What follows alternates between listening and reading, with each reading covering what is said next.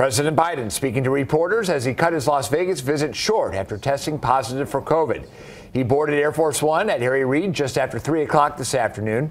The White House says he was dealing with a runny nose and cough. He told advisors he felt okay earlier, but since he wasn't feeling better, his advisors gave him a COVID test, which he tested positive with mild symptoms. And he is now going to Delaware to isolate. He was supposed to speak at 2 events today, including the Unidos U.S. Convention, which broke the major news.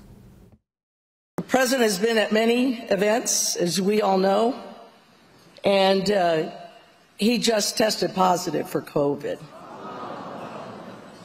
So, of course, we understand that he needs to take the precautions that have been recommended, and he did not obviously want to put anybody at risk.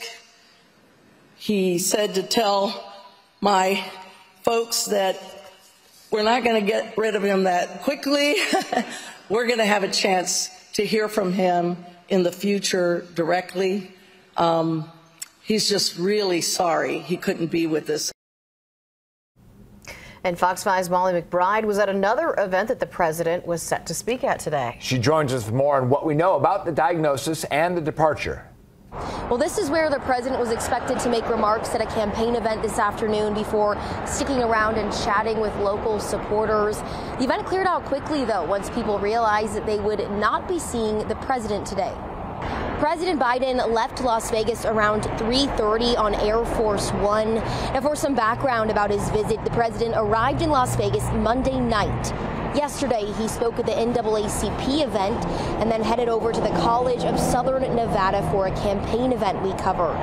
Just this morning, he toured a local Mexican restaurant in the Valley before he was scheduled to speak at the Unidos annual convention and then head over to this campaign event where I am now.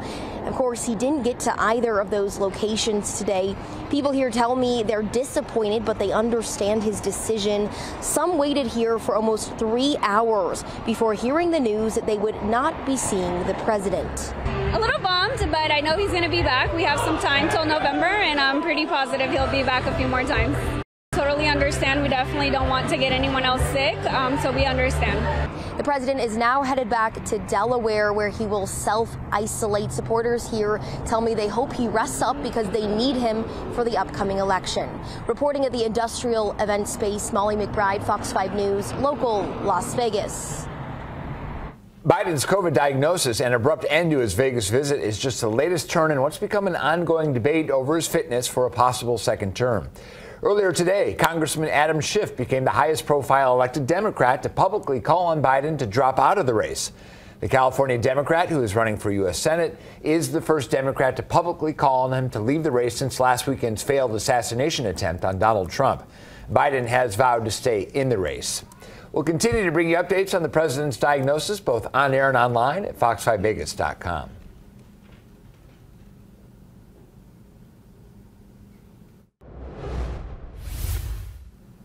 We are taking a live look right now from Milwaukee. It is night 3 of the Republican National Convention. Vice presidential candidate J.D. Vance is expected to address the convention this evening for the first time since former President Donald Trump tapped him as his running mate on Monday. We will carry his remarks live here tonight after 7 p.m. right here on Fox 5.